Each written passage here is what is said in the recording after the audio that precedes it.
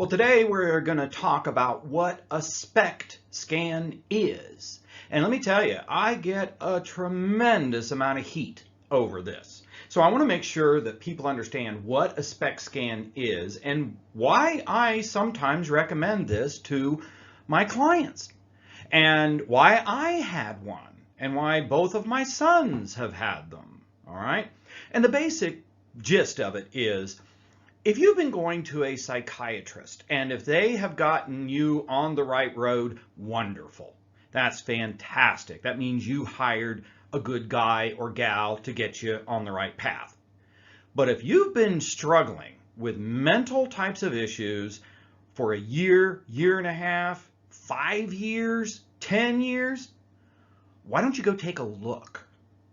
Why don't you go take a look? Nothing is more critical to you than that your brain works correctly.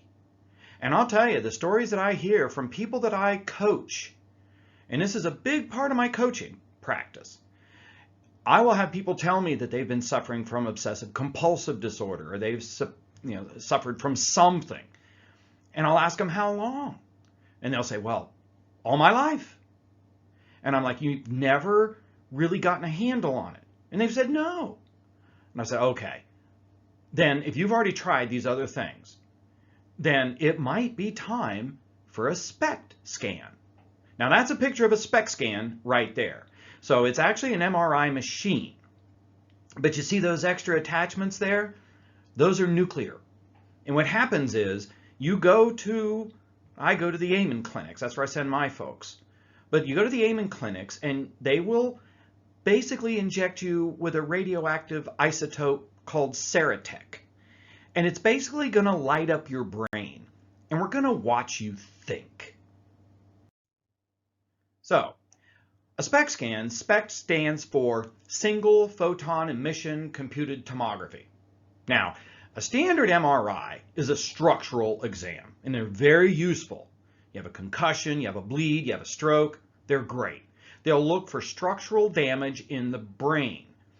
But you see, it's going to determine the same in a dead brain as it is in a live brain, okay? Because it's looking for something structural. A SPECT scan is a functional type of exam. It's going to look at the living tissue and see how the brain is functioning in real time. It's going to measure the brain or the blood flow in and out of the brain and its activity levels.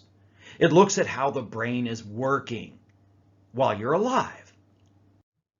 In other words, the SPECT scan is going to look to see what parts of the brain are working well, what does not work so well, and what's working too hard.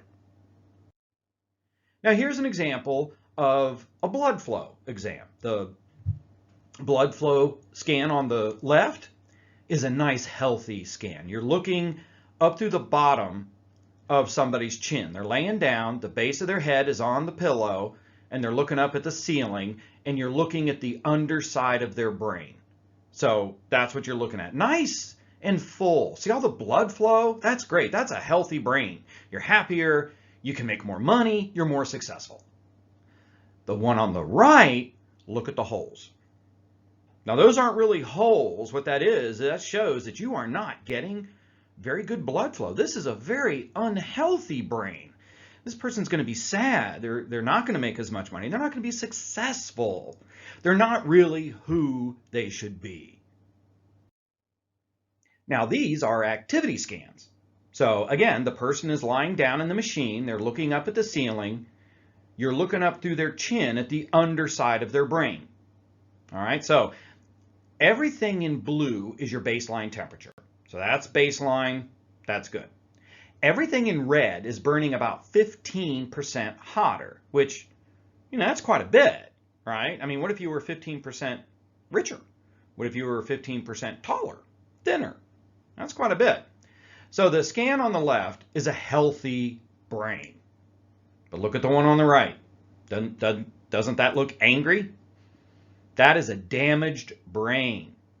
So it's been damaged one way or the other. Now I've got another podcast on here to show how distress can destroy our brains. So I go to the Amen clinics. And that's where I send all my clients that I feel need to have a brain scan. This is the guy to go to, in my opinion. Over 3 million of his books have sold, 9 New York Times bestsellers. They have more experience in brain scans than anyone else on the planet. The Amen clinics have been doing it for over 20 years, over 100,000 studies on patients from 111 countries. They've collaborated with just about everybody.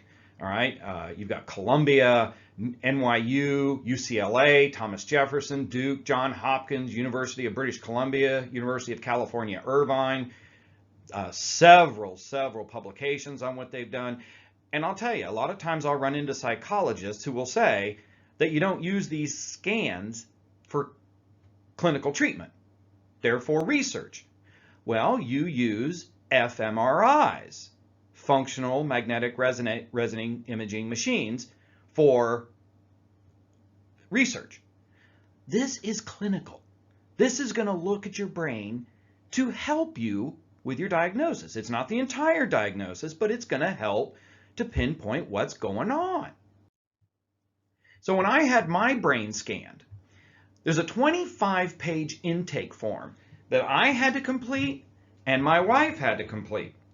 Now I tell you, that takes about an hour to complete that form. So we've got about 2 hours of intake here. Then you talk to the Amen clinics on the phone, and that takes about an hour for me and my wife. So somebody else has to do this assessment with you because, well, if you've got brain damage, you probably might not be seeing things accurately. Why? Well, because you got brain damage, that's why. Then you have another hour of intake for both of us when we arrived at the Amen clinic. Altogether, it's about 6 hours of intake. So we've got about 6 hours of intake tied up in this exam, plus the scan itself. So I'll tell you, this is by far the most thorough intake I've ever seen conducted by anyone, anywhere. And to me, it just makes sense. If you tried everything else and nothing is working, clearly it's not working. And this is your brain we're talking about, so it's important. The psychiatrist is the only doctor, the only professional who never sees the organ they're treating, at least for these types of conditions.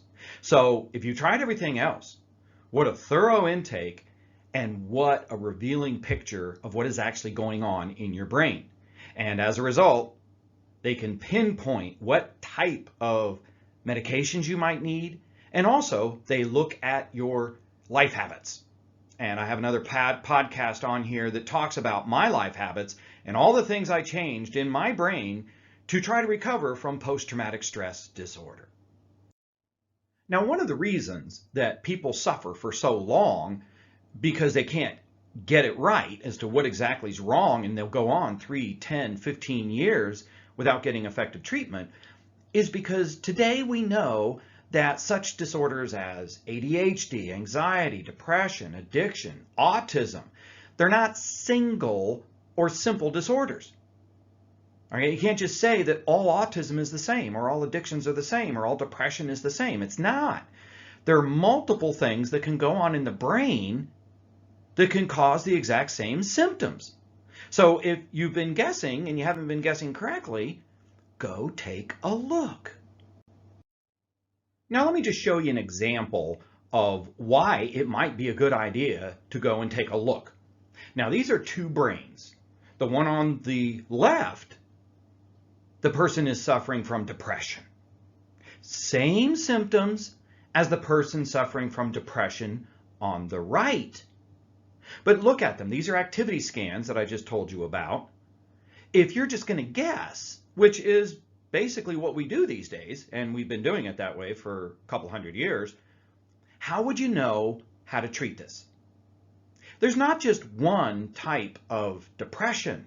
There's not just one type of autism. There's just not one type of anxiety. There's several types, and that's what makes diagnosing mental conditions so difficult. This is two sets of brains. Both are exhibiting the same symptoms of autism. So the top brain got really good blood flow. That's a nice, healthy looking brain. If you look at the one at the top, the blood flow scan, which would be on the left top. But look at the right. It looks like the brain is on fire. That is a problem. Now look at brain 2. Look at the blood flow issues. Very difficult blood flow issues there. The person is having problems. And look at the scan at the bottom right. I'll tell you, this is what makes diagnosing mental conditions so difficult. They're not simple conditions. There are multiple issues that can happen in the brain that will give you the same symptoms. So again, if you've been guessing for years, go take a look.